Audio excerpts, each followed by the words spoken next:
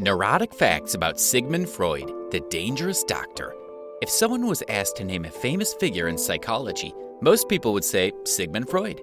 Even though it's been nearly a century since his death, the psychoanalyst still looms large. Of course, anyone who spent their life studying people's darkest fears and dirtiest secrets is going to have a fascinating biography. Freud is no exception. Number 1. Birth of a legend.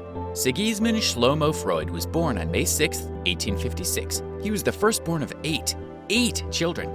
Number 2. It's a sign. When Freud was born, his parents noticed something strange.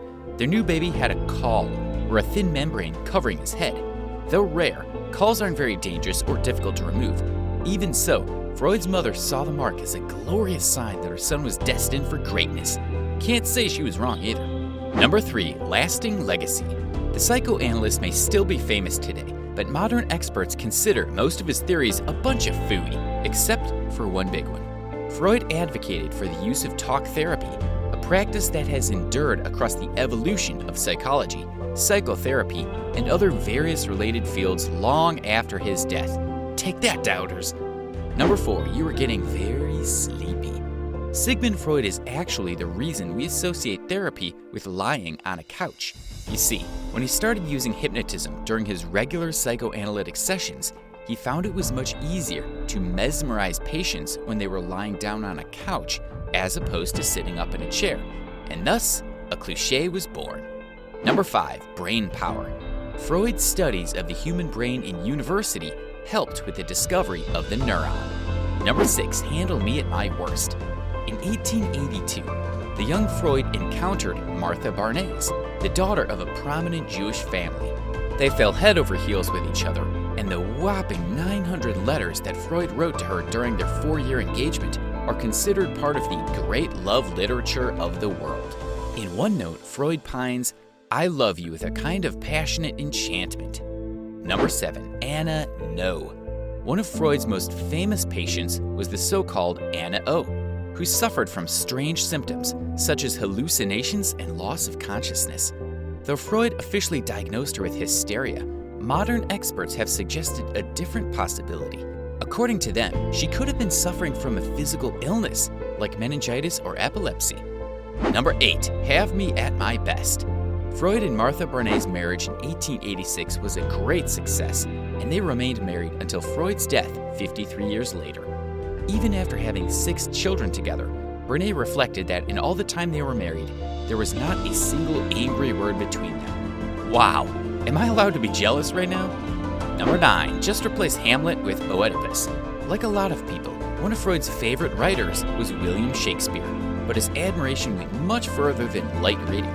Scholars have noted a significant overlap between Shakespeare's plays and Freud's own theories, and many believe Shakespeare's writing helped shape Freud's views on human psychology. Number 10. No pressure. Freud's mother Amelia was utterly devoted to her baby boy. She favored him heavily over her other children and called him by the pet name My Golden Siggy. This may seem like an ideal upbringing, but the truth was much different. Freud confessed that the favoritism gave him this victor feeling, and that left him disappointed in adult life. Number 11. Slow start. As you can imagine, society didn't immediately accept Freud's ideas and theories. To put it into perspective, Freud's book, The Interpretation of Dreams, was published in 1899. This book first introduced the concept of the Oedipus complex as well as the unconscious mind, and Freud named it his most significant work. Nonetheless, it sold less than 400 copies in the first 6 years of its release. Major ouch. Number 12. Ever the discreet doctor. Freud had some super VIP patients in his practice. Among them, Prince Pedro Augusto of Brazil, the composer Gustav Mahler, and Napoleon's great-granddaughter, Princess Marie Bonaparte. To protect the identities of these illustrious and powerful people, Freud referred to them by pseudonyms even in his own personal notes. Number 13. Wait, what? Freud may have been a genius, but he had a very dark side. Even during his heyday, people accused him of falsifying his findings to fit his own theories. So if he wanted to prove his theory about the Oedipal complex, where a son wants to kill his father and sleep with his mother, he'd simply change his patients' testimonies. Number 14. U.S-Nay. Freud absolutely despised America, particularly what he saw as its informality and greed.